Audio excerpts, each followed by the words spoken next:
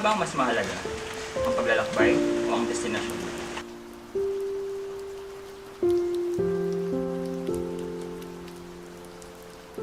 Pag bibisikleta kasi, may ahon, may lusong, padyak ka lang ng padyak.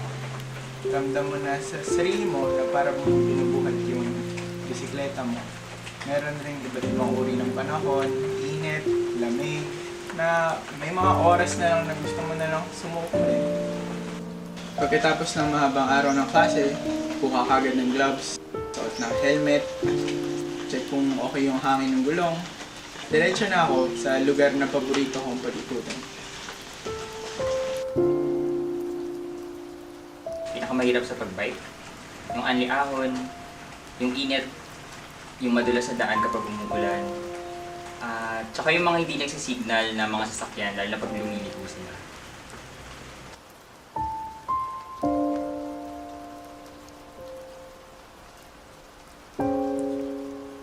Pero di ba kasi, tayo mga lalaki, hiling natin patunayan ating mga sarili. Pero sa pagiging gabay, karamay, kaagapay, bihira ka makakita ng solid talaga. Minsan nga, nagbike kami sa isang ruta nung pauwi kami. Hindi namin alam yung daanan. Yung ruta na maraming puno, parang wala siyang mismong dadaanan ng mga bisikleta. Sabi namin sa sarili namin, tutuloy ba natin to? Pero ang napag-usapan namin, magkasama naman kasi. Kaya feeling ko kaya namin buhatin yung isa't isa kung mapagod.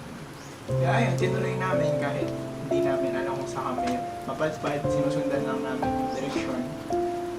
Sa dulo nga may natagpuan kami ilog na kung kailangan namin tumawid. Yan, nagbihis kami para tumawid nung matiwasay. Sa dulo, nakauwi kami ng maayos. Tsaka, totoo nga yung kasabihan na ang bakal lang nagpapatala sa bakal. Kagaya ng tao, nagpapatala sa tao.